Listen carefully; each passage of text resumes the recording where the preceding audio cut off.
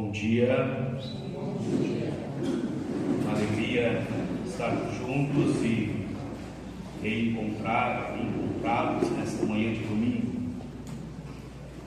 Eu sou o Padre Luiz Fernando. Eu atualmente sou reitor do Seminário Propedêutico São José. Aliás, a minha vida inteira de padre, fui reitor de seminário de todas as etapas, agora no propedêutico, e também sou o padre responsável pela administração financeira, econômica, patrimonial de recursos humanos da Diocese de Jacarezinho. A gente chama de econômico, mas que na verdade é um gerente na linguagem mais coloquial, né? Por que o Padre Wagner me convidou para vir aqui conversar com vocês um pouco nesta manhã? É que eu tenho uma vida acadêmica bastante agitada.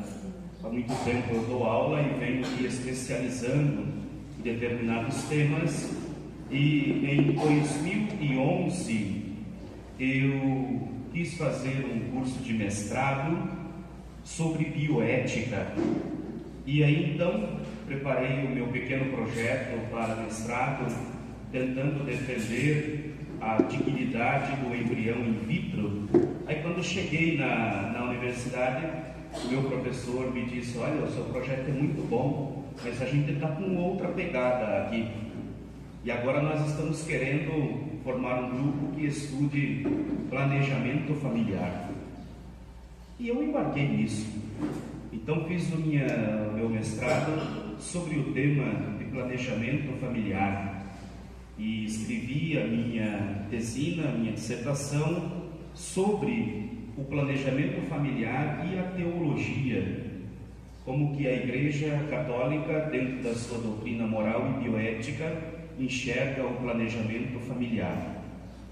E aí, ao final desse estudo, que durou muitos anos, porque nós aqui no Brasil não tínhamos à época um questionário que pudesse nos oferecer dados de pesquisa de campo, então demoramos 4 anos para construir e validar um questionário sobre planejamento familiar, e depois mais os anos de pesquisa e o período de passar isso para um papel em forma de dissertação. Então foi um trabalho bastante árduo, de um grupo muito dedicado. Mas terminando o mestrado, eu percebi uma dificuldade muito séria, de que também aqui no Brasil, se as pessoas não sabem que a Igreja é a favor do planejamento familiar, era porque também não existia uma teologia séria da família que pudesse sustentar a ideia de planejamento familiar que a Igreja se propõe. Então, eu resolvi fazer o meu doutorado em cima dessa questão e fui para a Espanha e estudei lá com os padres jesuítas em Comillas, Madrid, com o professor Javier de la Torre. Até trouxe um livro dele aqui para mostrar para vocês. E então pretendemos ousadamente construir uma teologia da família que possa embasar a ideia que nós temos de planejamento familiar. E aí nesta manhã eu perguntei para o Padre Wagner: o que você quer que eu vá lá e fale para o povo? Porque ele disse assim: então vá lá e fale sobre a dimensão da fecundidade do amor, pelo qual se constrói um planejamento familiar, e também aproveite para contar doutrinariamente, relembrar doutrinariamente o posicionamento da Igreja em relação ao planejamento familiar e também aos métodos contraceptivos, tá bom? Então esse vai ser basicamente o nosso projeto aqui nesses 50 minutos. A gente vai conversar um pouco sobre essa dimensão da fecundidade do amor, e eu quero contar a vocês um pouco da história em relação ao planejamento familiar, e também um pouco da história para que a gente entenda o posicionamento da Igreja em relação aos métodos contraceptivos. Porque quando a gente trata deste tema, 3 coisas são muito importantes. Primeiro, a gente tem que ter a noção da história, depois nós temos que ter a noção da teologia, para depois entendermos o posicionamento moral. Se a gente não faz esse caminho, às vezes a gente começa a apresentar apenas aquela pobre situação do pode e não pode, do pode e não pode. Então, eu quero começar com essa perspectiva. Eu não trouxe slides, porque pela experiência de aula, quando a gente faz slides, as pessoas prestam atenção no slide e não na gente, né? Também assim, não trouxe um texto específico, porque, como eu disse, é o que eu trabalho no dia a dia e ando por aí pelas dioceses também, conversando com os padres e com leigos também sobre esta temática. Então, como eu disse, eu não lembro o seu nome. Eu disse para a Vanessa, eu quero fazer, na verdade, uma conversa um tanto quanto informal, para que a gente possa também, assim, fazer essa troca, né? Não venho como alguém que sabe de tudo, né?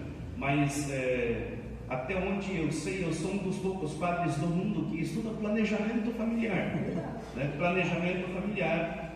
E a gente compõe aqui também o grupo de bioética do Estado do Paraná. E então por isso essa pesquisa tem sido levada adiante.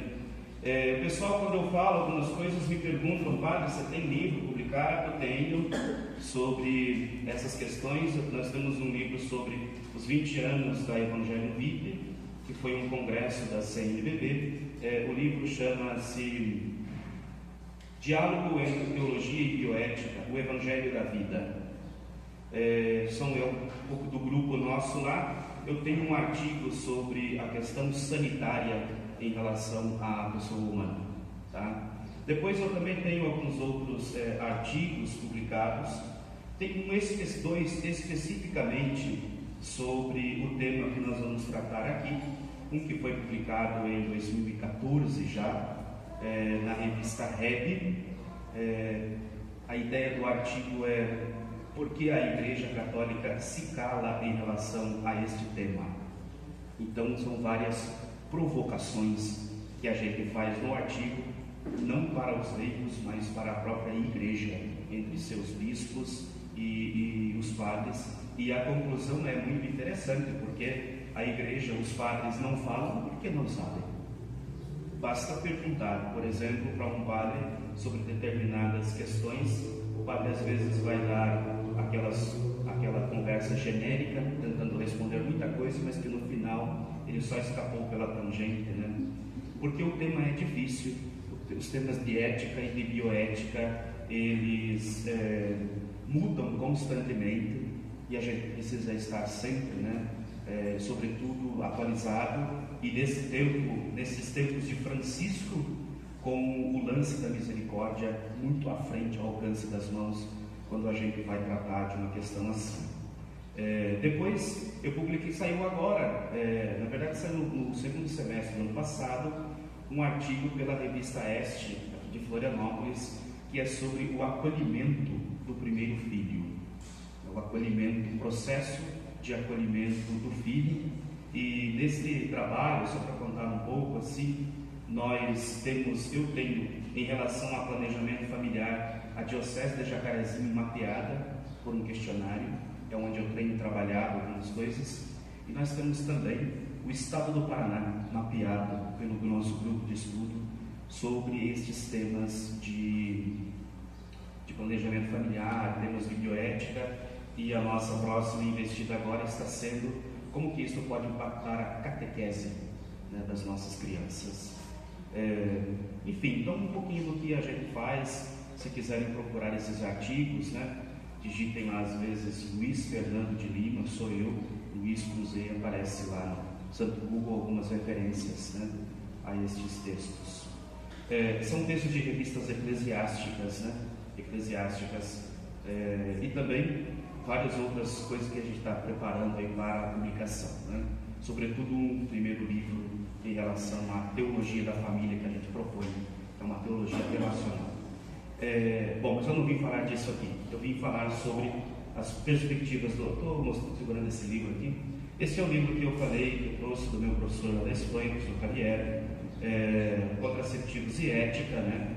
Um texto que não tem em português. Mas aqui ele conta essas três coisas que eu disse em relação aos métodos: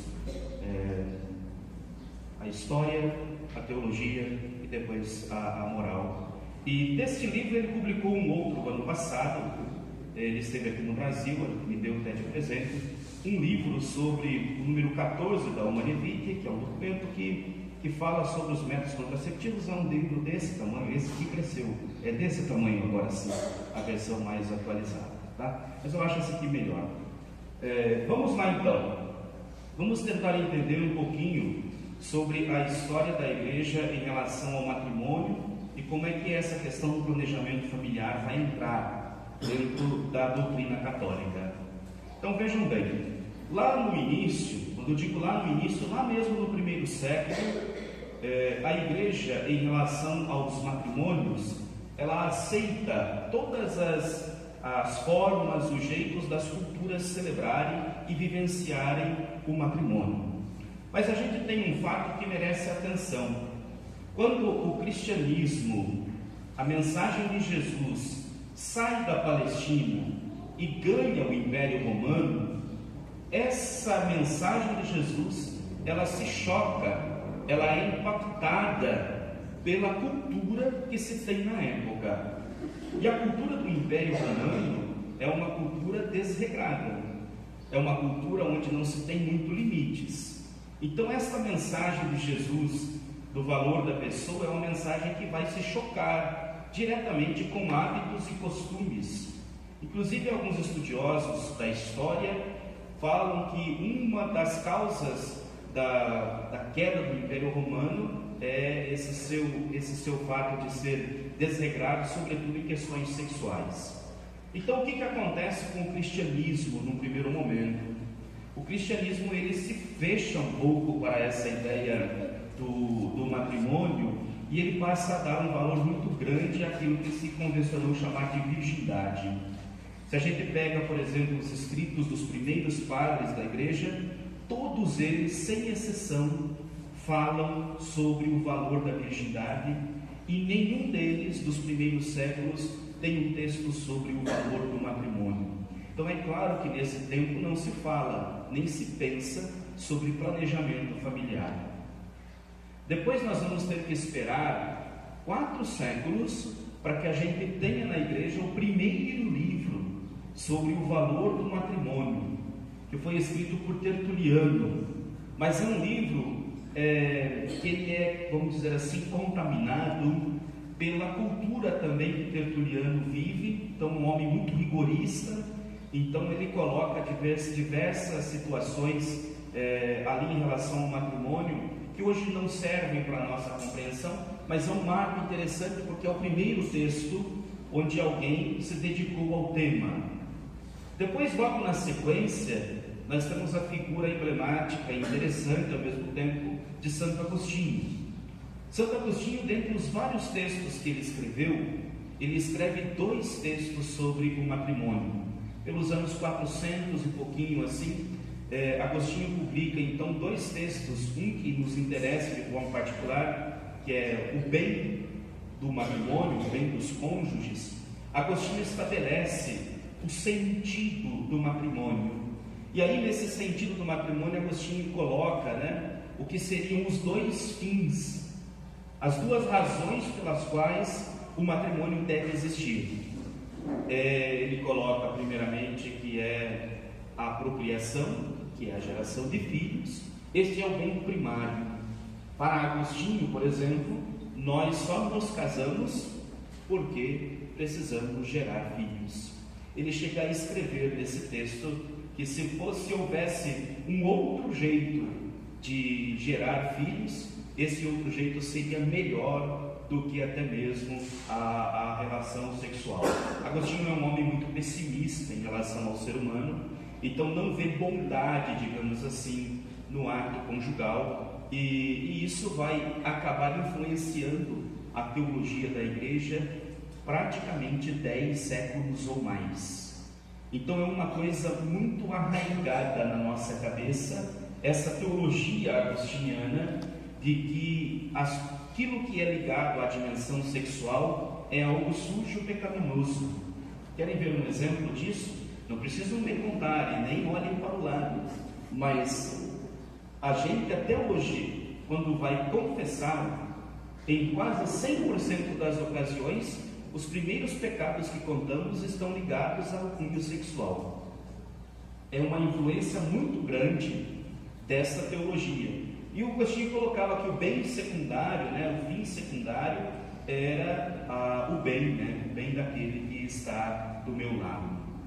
Agostinho chegou a escrever no final da vida que o intercurso sexual, que o ato sexual genital de um casal, tendo em vista a procriação, tendo em vista a prole, mesmo assim ele ainda se constituía no pecado venial e que precisava ser confessado depois. Então vejam como esta teologia é uma teologia muito pesada, que vai influenciando, né, a compreensão da igreja.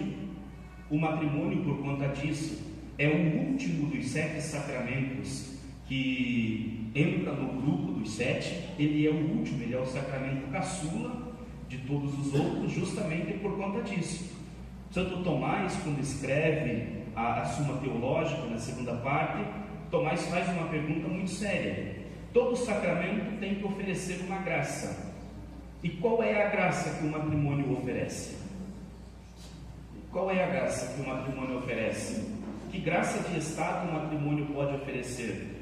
Se ele, Tomás é influenciado pela teologia de Agostinho, e aí ele diz assim: olha, se o matrimônio não é um bem em si, ele não pode oferecer uma graça sacramental, uma graça de estado. E aí então o que ele diz? Que o matrimônio oferece uma graça medicinal para curar a concupiscência. Só isso. E a teologia hoje vai compreender de uma forma diferente. Nós já chegamos nisso aqui. Mas é só para a gente perceber assim, que nesse período todo, como é que ficava, por exemplo, a questão do planejamento familiar? Onde ele entrava nisso tudo?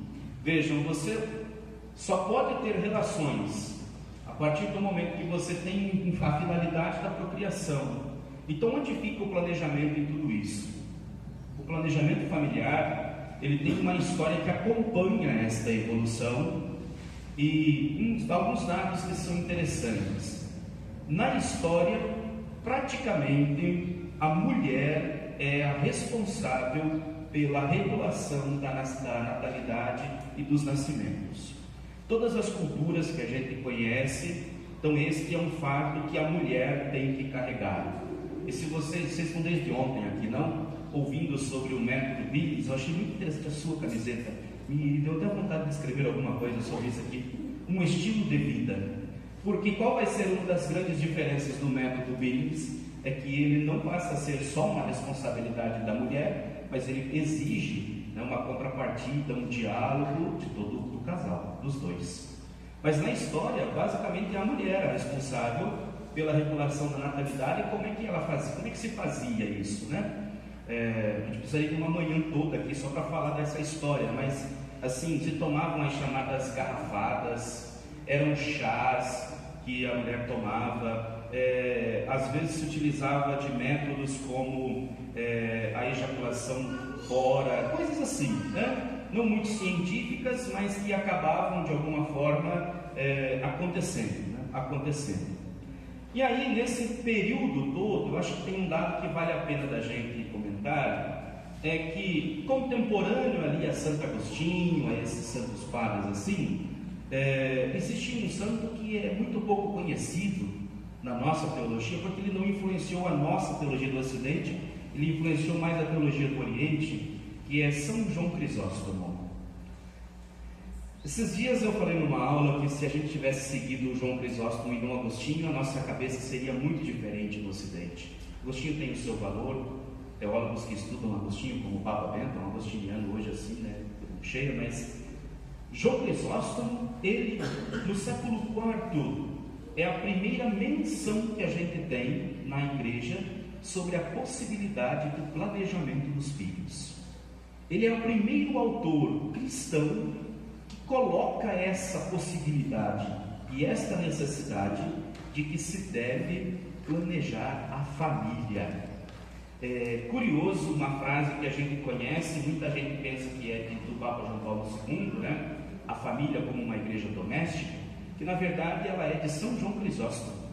O Papa João Paulo II era um teólogo moralista, como eu sou um teólogo moralista, e então conhecia certamente, resgatou essa ideia da família como uma igreja doméstica lá de São João Crisóstomo. Tá? Mas o que acontece? Vamos chegar agora mais próximos de nós. Na entrada do século XX, acontece na igreja um fato que é extremamente marcante, e sabe lá Deus quando isso vai se repetir. Parece que todas as mentes brilhantes em relação à igreja nasceram no século XX. O século XX conheceu uma explosão de teólogos e de bons teólogos que provocaram um reencontro da teologia com a realidade, e essa provocação é tão grande que eles acabaram por gerar na segunda metade do século XX um concílio. E dentre essas mudanças, uma das mudanças foi sobre a compreensão do matrimônio. Em 1925, um teólogo chamado Robert Dons, ele começa a falar sobre o amor conjugal.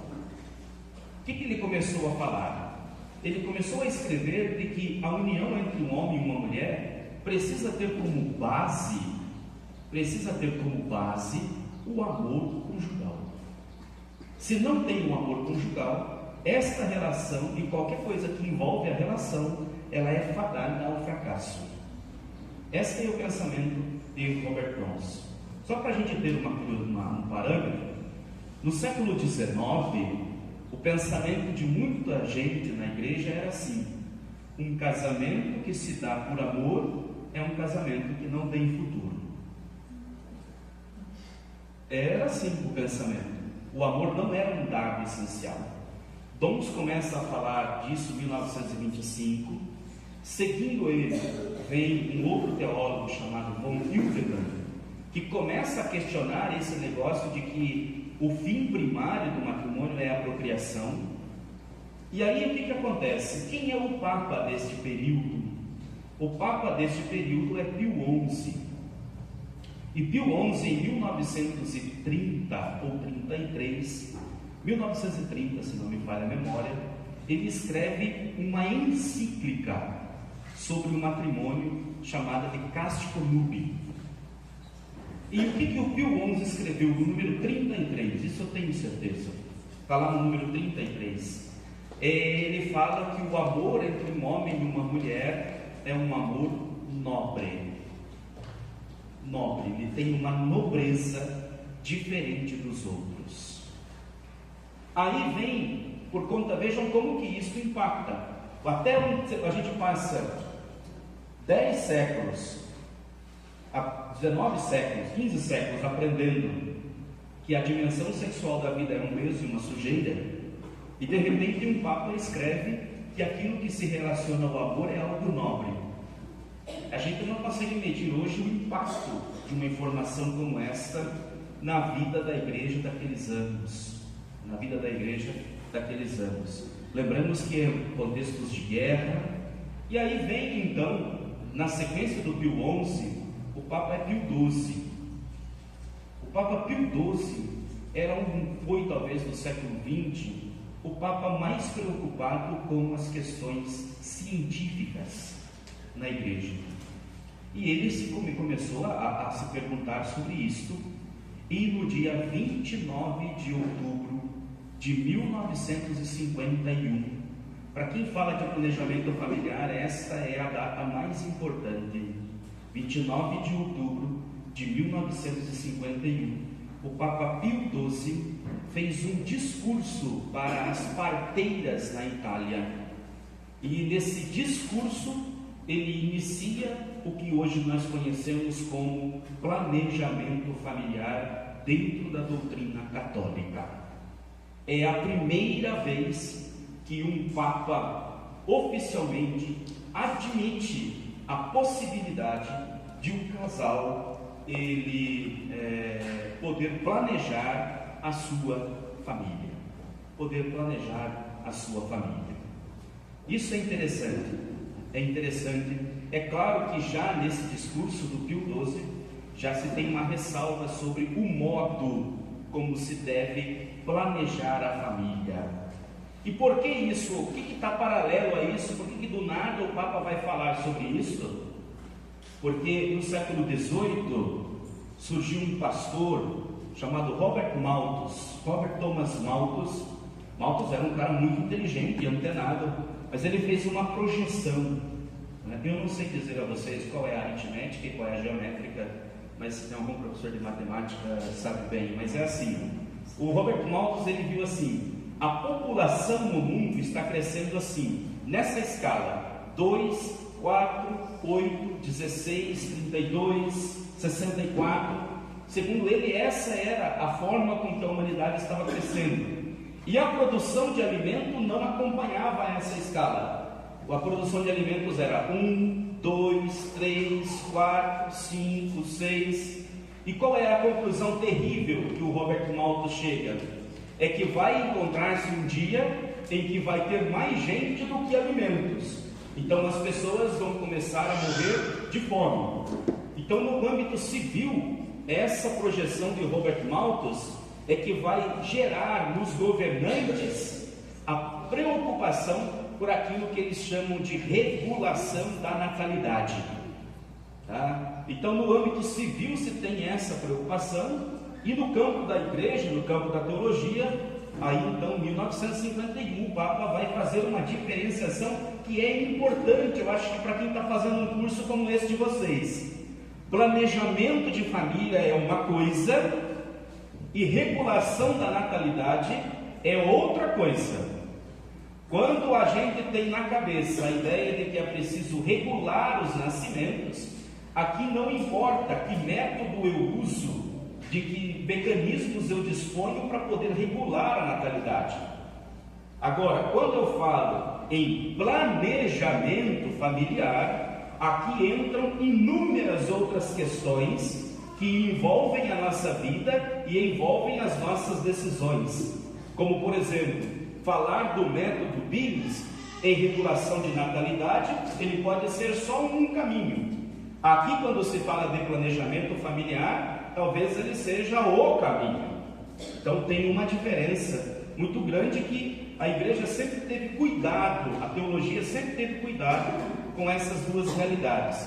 Quando, por exemplo, hoje a ONU tem um programa de descriminalização do aborto, o que está por detrás? A regulação da natalidade. E aí a gente tem uma dificuldade hoje que é a linguagem, porque há aquilo que a gente fala de amenização da linguagem. A ONU, por exemplo, se vocês olharem esses discursos, jamais aparece a palavra aborto, aparece o termo interrupção voluntária da gravidez. Então, olha no ouvido de vocês assim, se eu perguntasse, quem é a favor do aborto? A palavra é pesada e parece ofensiva, não? Mas se eu dissesse assim, olha, quem de vocês é favorável à interrupção voluntária da gravidez? Olha que impacto diferente que dá na questão da linguagem. Então, nesse campo, essa é uma dificuldade. Só para completar a história do Malthus, o que aconteceu? O Malthus prontamente descobriu, e as pessoas que seguiam Malthus, os malthusianos, descobriram que o problema não é a produção de alimento, mas é a má distribuição dos alimentos ainda hoje. O mundo produz alimento suficiente para todo mundo se alimentar, mas ele está mal distribuído. No início do século XX, as teorias de Malthus vêm à tona. E para nossa surpresa, no século XXI, a teoria de Malthus ressuscitou. E ressuscitou através de mecanismos subliminares que são interessantes. Livros e filmes que hoje retratam a teoria de Malthus. Querem exemplos? Dan Brown escreveu um texto chamado Inferno, não sei se alguém já leu, que é um cientista louco, tem até o filme agora, um cientista louco que quer explodir uma parte de Veneza.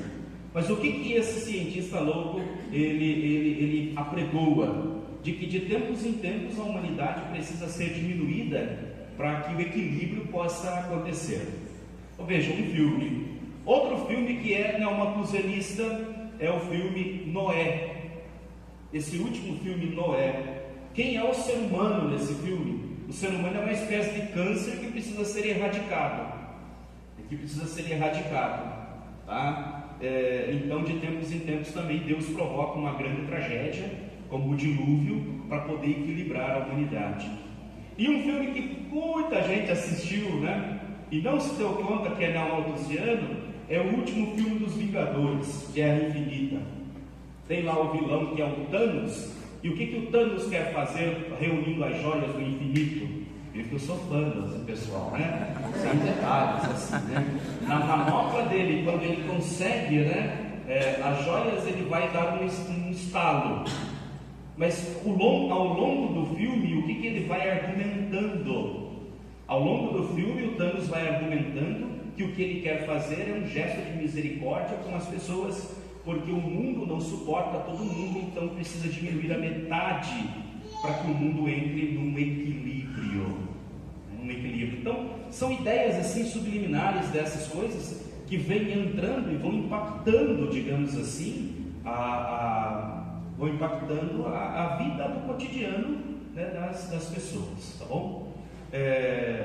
Voltando lá então, esse discurso de Pio XII, ele é um marco histórico sobre a questão do planejamento familiar. Então, por exemplo, eu sempre brinco assim, se alguém disser assim, mas a igreja não é a favor do planejamento familiar, diga assim, olha, vai lá em 29 de outubro de 1951 e lê o que o Pio XII falou naquele dia. De fato, ele admite, né, essa dimensão do planejamento familiar. Na sequência, a gente tem o Concílio Vaticano II. E o que o concílio vai fazer em relação ao matrimônio? O concílio vai mudar, basicamente, a teologia do matrimônio. No Concílio Vaticano II, nos anos 60, não se fala mais sobre fim primário e fim secundário do matrimônio. Como é entendido o matrimônio pelo concílio? O concílio entende o matrimônio como uma comunidade de vida entre os cônjuges. Todas as palavras são importantes. Comunidade de vida. Comunidade de vida. Tá? E segundo ainda o concílio, o casal, ele é intérprete no mundo do amor conjugal e é reflexo do amor divino. Tá? Depois passando, nós vamos ter, o concílio termina em dezembro de 65 e um tema no concílio não havia sido tratado, que era o tema dos contraceptivos.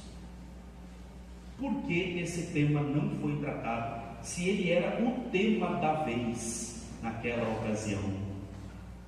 Ele não foi tratado porque no início do concílio, em 62, o cardeal de Malinas e Bruxelas, uma das mentes mais brilhantes desse tempo, pediu ao Papa João XXIII que esse tema entrasse no concílio para uma discussão.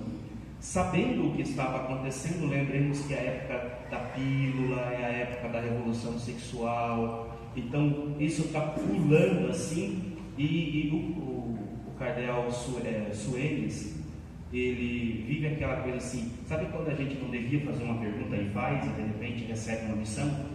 Ele recebeu de João XXIII a missão de formar uma comissão para estudar sobre esse tema. João XXIII morre, o Paulo VI entra, e o que o Paulo VI faz? Renova essa comissão e entrega para essa comissão de especialistas o estudo do tema. Essa comissão termina os seus trabalhos em 68 e entrega para o Paulo VI as conclusões do seu trabalho, com uma divisão que eu acho que é interessante falar.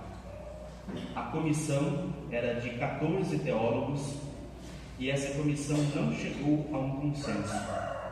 10 teólogos se posicionaram de um jeito e 4 teólogos se posicionaram de outro.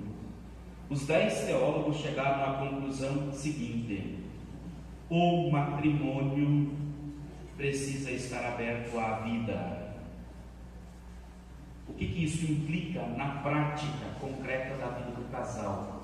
Se o matrimônio está aberto à vida, então não faz diferença que método contraceptivo você usa. Os outros 4 se posicionaram assim: todo o ato conjugal, não o matrimônio, o ato conjugal precisa estar aberto à vida. Qual é a implicação prática?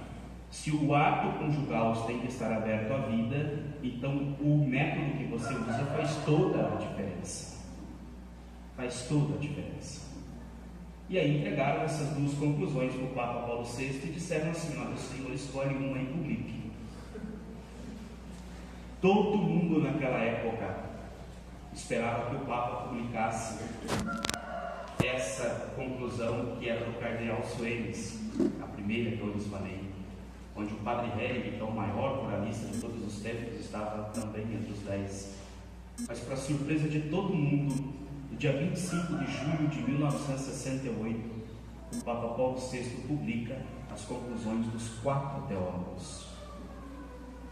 E é esse documento que é para nós a indicação doutrinária e magisterial até hoje sobre os métodos contraceptivos. Essa é a chamada encíclica Humanae Vitae. E no número 14 dela é onde está propriamente a fala do Papa sobre a questão dos métodos contraceptivos. E moralmente, pessoal, o posicionamento da Igreja em relação aos contraceptivos é muito claro, não tem dúvida. Tudo aquilo que foge do que se é considerado natural, a Igreja, a doutrina, não vê com bons olhos. Então, todos os métodos científicos artificiais, independente do que eles sejam, seja DIU, seja a pílula, seja a RU 486, seja os tabletes, seja qualquer tipo de método, para a doutrina católica, isso é uma coisa pesadíssima do documento, é um objeto intrinsecamente mau. O que isso significa? Significa que em qualquer ocasião de uso, ele constitui-se num pecado. Há uma ressalva do número 17 dessa encíclica, de que em casos específicos de doença, então o uso de hormônios, seja através de pílulas ou alguma coisa, há atenuantes dentro da doutrina, tá? Então há uma exceção, digamos assim. Mas essa é o posicionamento da doutrina católica. Outra coisa interessante é que nenhum dos documentos magisteriais diz que o método que a Igreja recomenda é este. A Igreja coloca critérios, como por exemplo, essa decisão precisa ser uma decisão primeiramente motivada pelo amor. Por isso a discussão sobre o amor é importante. E não é qualquer tipo de amor, é o amor que merece o qualificativo de conjugal. Tá? Depois, essa decisão tomada, pautada no amor, precisa acontecer num diálogo de acordo entre o casal, entre o homem e a mulher.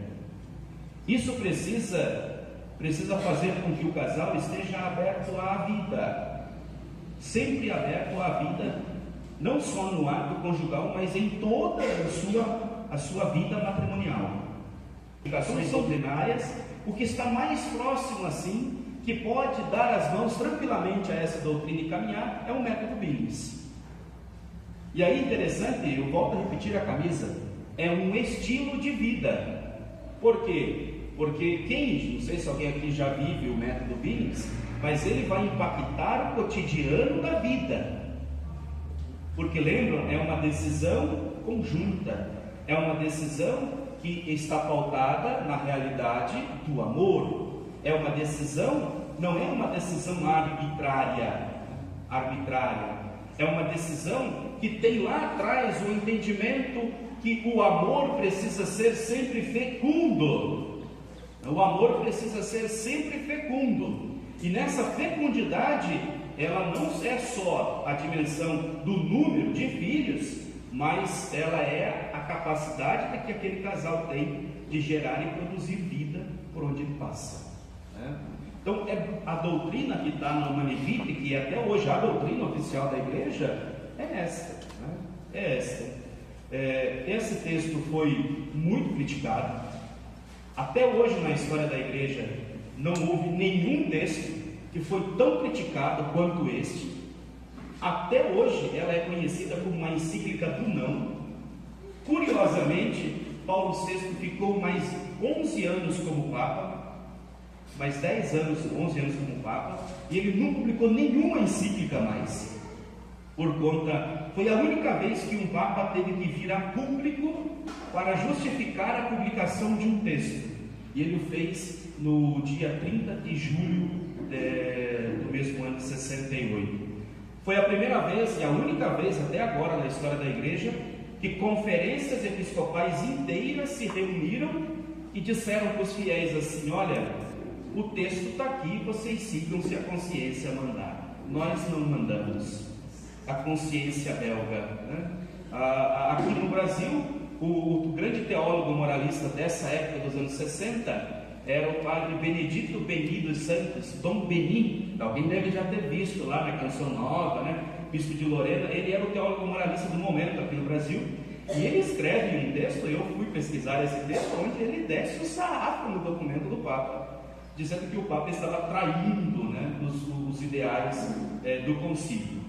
O que acontece? Nesse período tem um outro cara importante, o Karl Rahner, que ele diz assim: a Humanae Vitae é um documento para o futuro, não é para agora. E olha que o cara estava certo. 50 anos depois, a gente, teólogo moralista, está voltando a ler a Humanae Vitae e está descobrindo e redescobrindo que aquilo que hoje nós estamos estudando sobre amor conjugal e tarará, está nos primeiros 9 números da Humanae Vitae. Que a gente ficou só fixado no número 14, que não pode,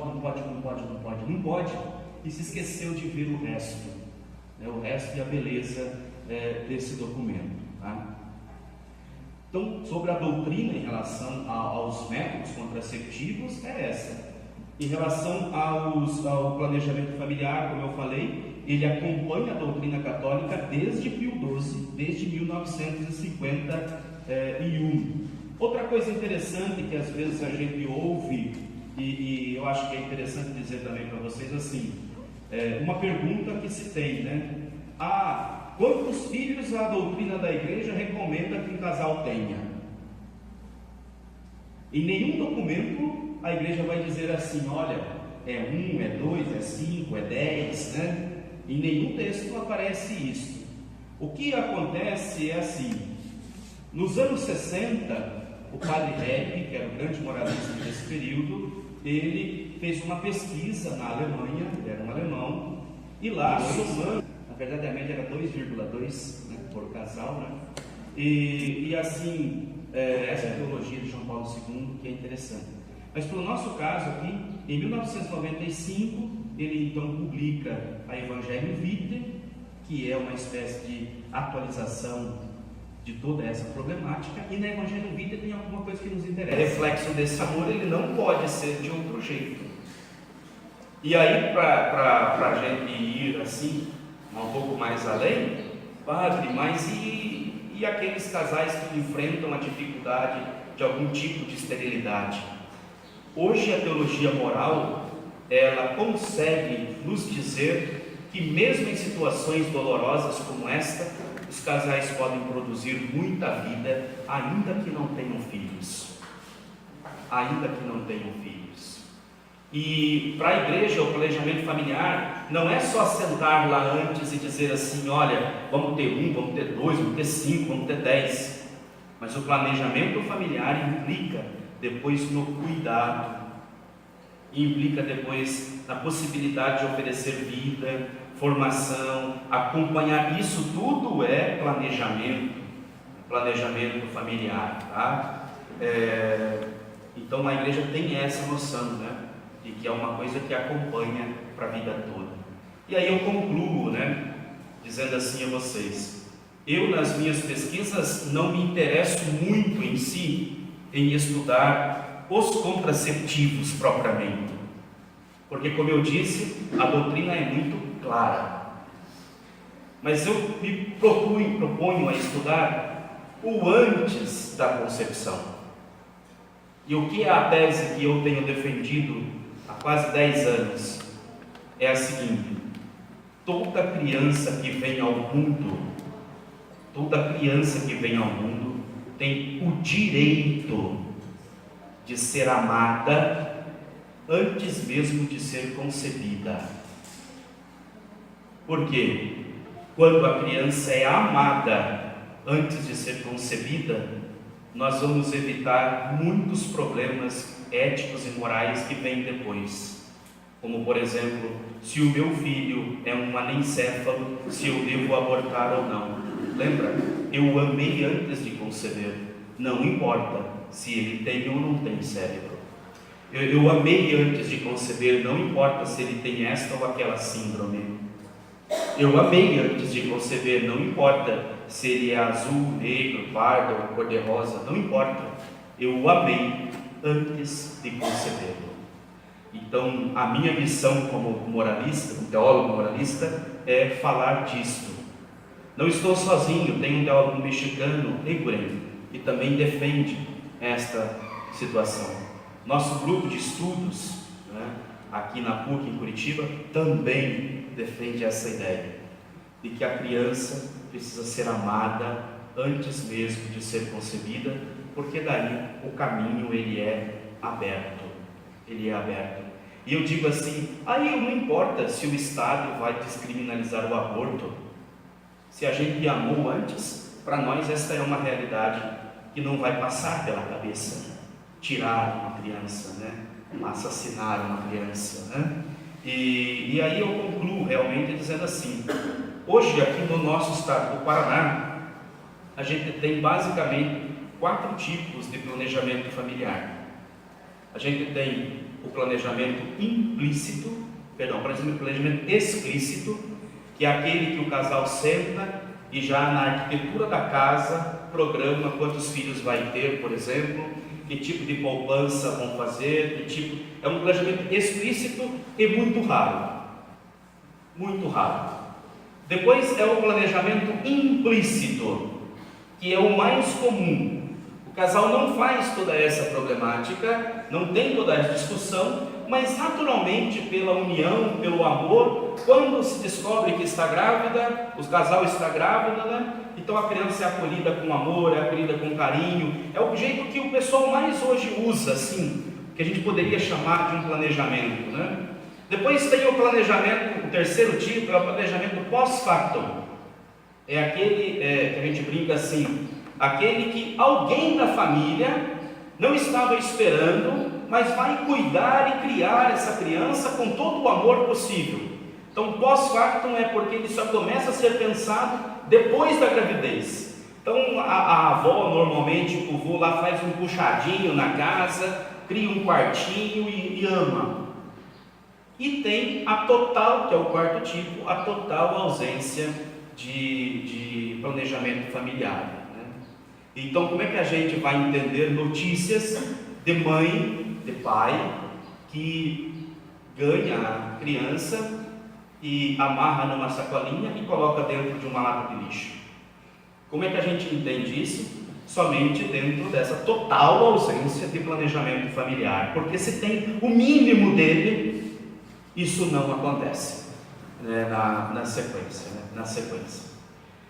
Bom, pessoal, acho que o meu tempo já passou bem, do horário, mas então assim, acho que talvez eu tenha conseguido ajudá-los um pouco nessa caminhada. Eu gosto de contar um pouco da história, para a gente perceber que não é uma coisa assim, que alguém lá dentro do escritório do nada, eu só vou botar umas regrinhas assim, mas que acima de tudo, a gente grave no que eu falei, a nobreza do amor que nos une como casal, que a gente se lembre de que esse amor conjugal traz junto de si uma fecundidade que é natural dele, e esta vida precisa se expandir para além do casal, senão o amor é só um egoísmo a dois, não é uma unidade de dois que ele precisa ser, e que os filhos, eles na verdade compõem esse cenário, e precisam ser amados